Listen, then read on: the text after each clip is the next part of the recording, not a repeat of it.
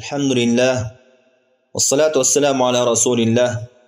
İnşallah bugün Hicri yıl boyunca 1441 yıldan Zulhicce ayının 23. günü 2020 yıldan 13. Ağustos günü Abdurrahman Sa'di rahimahullah'tan Menhecus Salikin ve Tevdihul Fiqh fi'd-Din degen fiqh boyunca kitabından sabak başlayız.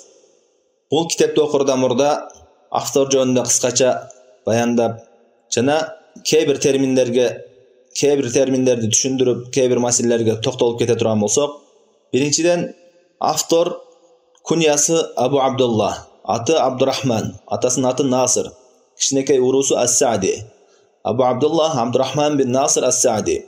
Çoğun urusu Tamimi urusundan bolgan. Bu alım hazır gündögü Saudi Arabiyasındağı Kasim şarındağı Unayze degen jerde Hicri yıl boyunca 1307 yılı tuğulgan. Jana miladi yıl boyunca 1889 yılı. Bu alım kişinekeynelle ilim bağıtına bağıttalıp, ilim talap kılıp, oşol ilim çöresinde çoğoygan. Kişinekeynen 6 yaşından jetim kalgan. Atası dağın, apası da kaytış bolup jetim kalgan.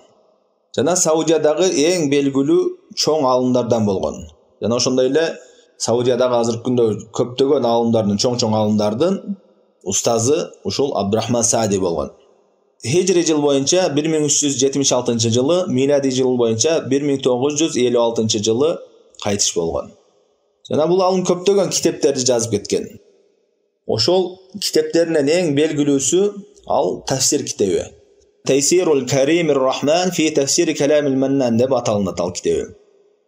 Hazır günde köptögön, dünyada köptögön meçitlerde, köptögön yerlerde bu alımdın oşol tafsir kitabı okulat. Bardık musulman ülkelerinde tarqagan bu tafsir kitabı. Al tafsir Sa'di, Sa'di'nin tafsiri deb belgülü bolgan tafsir. En belgülü okuwucularından şakirtlerinden al köpçülükке belgili bolgan alım Şeyh Muhammed bin Salih el-Useymin. Bu alım İbn Useymin deb belgili bolgan ilim talap kılgıçlarga alımların arasında ötö belgili. İslamga ötö çoğun kızmat kılgan, köptögön ilimlerdi kaltırgan belgili alım Şeyh İbn Useymin. Uşul İbn Useymin'din ustazı Abdurrahman Sa'di rahimahullah bolgan. Andan keyin fiqhtın maynisi. Fiqh degen bul Arap dilinde sözlük maynisi düşünü, bir sözlü düşünüğünü aytadı. Fakuha dese düşündü degen. Al emi şariattagı maynisi bolsa alımlar aytışat el-ilmul mashub bil amel. Amal menen koşa bolgan ilimdi fiqh deb aytat deydi şariatta.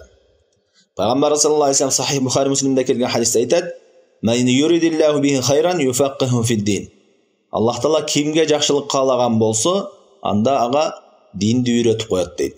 Алымдар айтышат, бул хадистин майнisi динди үйрөнүп, ошого амал кылуу дейт. Аллах Таала кимге ким илимди, динди үйрөткөн болсо, андан кийин ошого амал кылууга ийгилик берип, амал кылдырып койгон болсо, анда ошол нерсе Аллах Тааланын ошол пендеге жакшылык калагандыгынын белгиси болот. Ал эми шариаттагы алымдардын арасындагы терминдик майнisi, алымдардын арасында колдонулган терминдик майнisi бул акыйданын шериктеши. Тагыраак айтканда, ибадаттар, адамдардын арасында мамилелер, намазды кантип окуйсун, закатты кантип бересин, нике, талак, соода сатыктын шарият өкүмүнү баяндаган, өкүмдөрүн баяндаган илимди фиq илими деп алымдар колдонушат. Негизи шарият илимдери жалпысынан эки бөлүктөн турат. Акыйда бөлүмү жана фиq илими деп. Акыйда бөлүмү ал ошол имандын негиздерине, гайып нерселерди, ишенимдерди окуйт. Аллах Таалага иман келтирүү, периштелерге иман келтирүү, кыямат күнүндө жана ошондой эле шариаттагы баардык гайып билимдерге ишеним, иман келтирүүнү ошону акыйда илими дейт. Ал эми экинчи бөлүгү бул фиq илими, бул ибадаттардын өкүмдөрү, мамилелердин өкүмдөрү, никенин өкүмү, талактын өкүмү, соода сатыктын өкүмү, буларды окуган илимди фиq илими деп коет. Эми биз бул фиqти окуганда ошол фиq боюнча жазылган китептер аркылуу үйрөнөбүз. Алымдардын fiqh boyunca жазылган китептери аркылуу үйрөнөбүз. Ошол fiqh боюнча жазылган китептер көбүнчө мазхаб багытында, бир мазхабтын багытында жазылат. Же Ханафи мазхабында, же Малики мазхабында, же Шафии, Хамбали мазхабтарынын багытында жазылат. Эмне себептен түздөн түз эле хадистерден, аяттардан fiqhти үйрөнбөй, ушул фикh боюнча жазылган, мазхаб багытында жазылган китептер аркылуу үйрөнөбүз десек, анда биз фикhти үйрөнгөндө фикh боюнча жазылган китептерден үйрөнсөк, алар бардык маселелерди тартиптеп, иреттеп бир жерге чогултуп жазып берет. Мисалы үчүн дарат бабын ала турган болсок, фикh китептеринде дараттын шарттары, дараттын фарыздары, дараттын сүннөттөрү, мустахабтары деп бир жерге чогултуп иреттеп жазып берет. Эми ошол маселелердин далилдери кээ бирлери аят болушу мүмкүн, кээ бирлери хадис болушу мүмкүн, кээ бирлери ижма болушу мүмкүн. Шариятта далилдин түрү көп. Алар ошонун баарыны бир жерге чогултуп жазып берет. Ал жеңил болот, окуганга, үйрөнгөнгө жеңил болот. Ал эми хадис жыйнактарынан үйрөнө турган болсок, мисалы үчүн хадистерди ала турган болсок, хадис жыйнактарына дарат бабында келген 5-6 эле хадис болсо, ошол хадистерге байланыштуу гана маселелер окулуп калат. Анан көптөгөн маселелерди камтыбай калат. Анткени айтып өттүк, шариятта далилдер бир гана хадиске чектелбейт. Аят болушу мүмкүн, ижма болушу мүмкүн деп. Жана ошондой эле кыяс, сахабанын фатвасы болушу мүмкүн. Ошол себептен фикhти үйрөнгөндө ошол мазхабтар багытында жазылган фикh китептери аркылуу үйрөнгөн бул жеңил жана туура. Анткени көптөгөн маселелерди камтыйт. Андан кийин айтып өттүк, шарият илимдери 2 бөлүктөн турат деп, акыйда, фикh деп.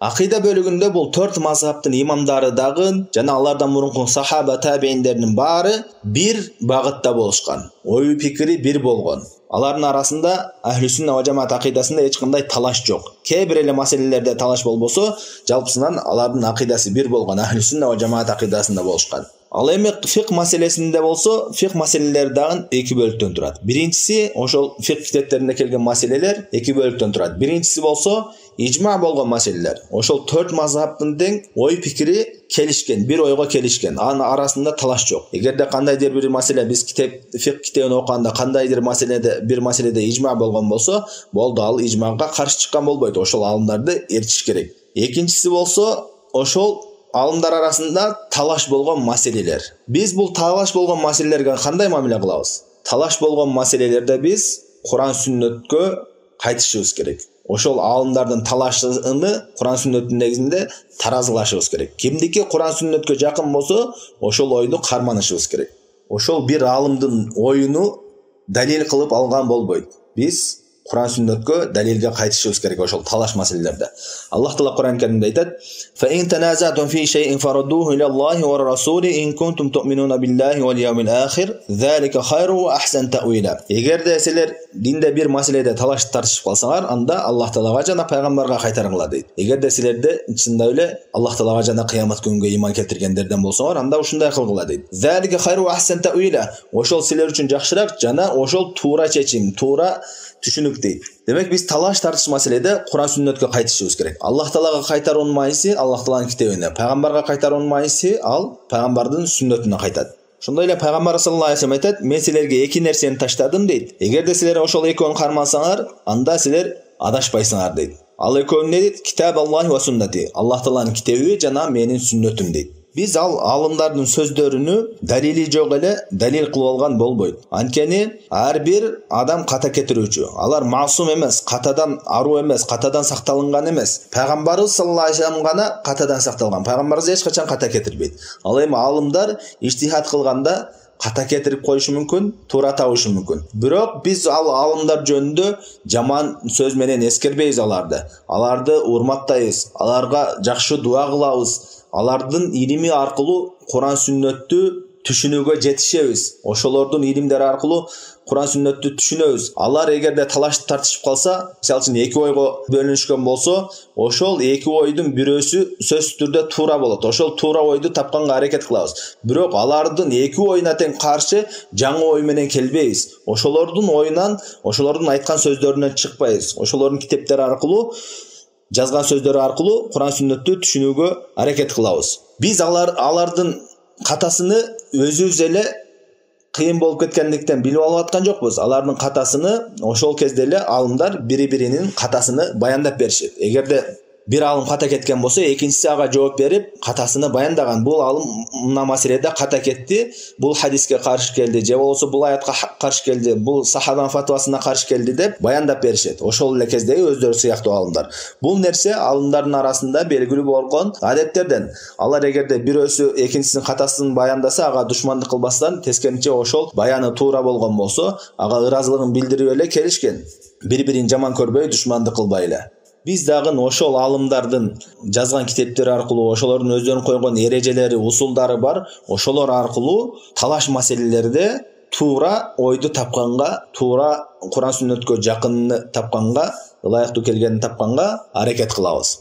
Анткени далилсиз эч бир адамдын сөзү далил болбойт. Bir gana Peygamber sallallahu aleyhi ve sellem'in sözü gana al delil. İmam Şafii rahimehullah ayet: "Ecma'an ulema ala enne men istabanat lehu sünnetin Nebi sallallahu aleyhi ve sellem la yecuzu lehu en yed'aha li kavli ahadin deydi. Kaina men kan." İmam Şafii ayet: "Alımlar bir oyga kelişken deydi, bir pikirge kelişken deydi.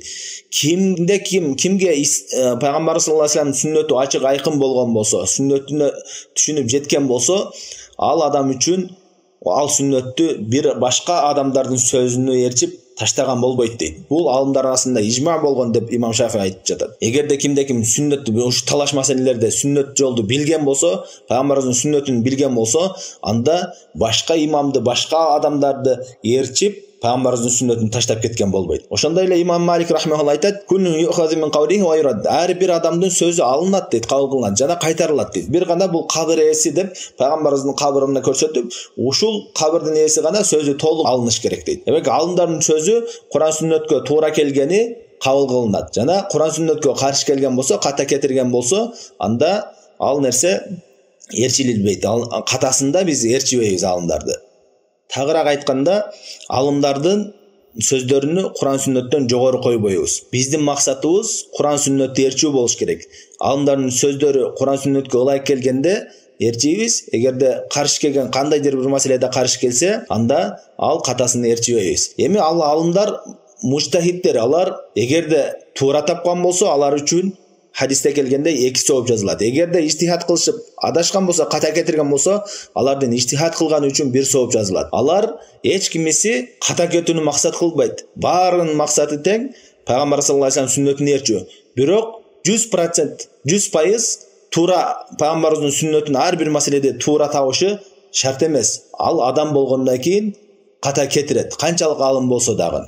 Биздин максатыбыз Пайгамбар саллаллаху алейхи вассаламды ээрчүү болгондон кийин алымдарды ката кетирген маселесинде ээрчибеш керек. Анткени Аллах Таала бизди пайгамбарыбызды толук ээрчүүгө буйруган. Аллах Таала Куран Каримде айтат: "Кул ин кунтум тухиббуналлаха фаттабиуни юхиббукумуллах." Айткан Наби Мухаммад дейт: "Эгерде силер Аллахты жакшы көрсөңөр, анда мени ээрчегиле, ошондо силерди Аллах Таала жакшы көрөт" дейт. Эми бул нерсе ушу далилдерди кароо, далилдин негизинде туура ойду табуу бул алымдарга тиешелүү. Алымдарга жана илим талап кылуучуларга тиешелүү. Далилди түшүнө билген талибин илимдерге. Ал эми жөнөкөй адамдар болсо, алар мазхабты дагы билбейт, далилди дагы түшүнө билбейт. Алар эмне кылат? Алардын милдети өзү ишенген, дининде ишенген, таква алым деп билген адамдардан сурайт, фатва сурайт. Ошолор кандай жооп берсе, ошо өзү ишенген болсо, ошону амал кылып, ошону ээрчип амал кыла берет. Аллах Таала Куран Каримде айтат: "Фасалу ахла зикри ин кунтум ла та'ламун." Эгерде силер билбесеңер, анда илим ээлеринен сурагыла дейт. Аллах Таала бул аятта адамдарды 2 бөлүккө бөлдү. Алымдар жана илимсиздер. Алымдардын милдети далилдин негизинде шариатты адамдарга баяндап бериш. Ал эми билбеген адамдардын милдети болсо, алар ошо билбеген нерсесин алымдардан суроо. Алымдар бир мазхабтын, бир багытта эмес, ошол Куран сүннөттүн негизинде адамдарга туура жолду баяндап бериш керек. Билбеген адамдар болсо, ошол алымдардан билбеген нерсесин сураш керек. Ушул адамдардын 2 бөлүгү жана алардын милдеттери. Иншалла ушул жерге чейин китепти окууга киришүү болуп, кээ бир терминдерди айтып өттүк. Иншалла кийинки сабакта китепти окуу баштайбыз.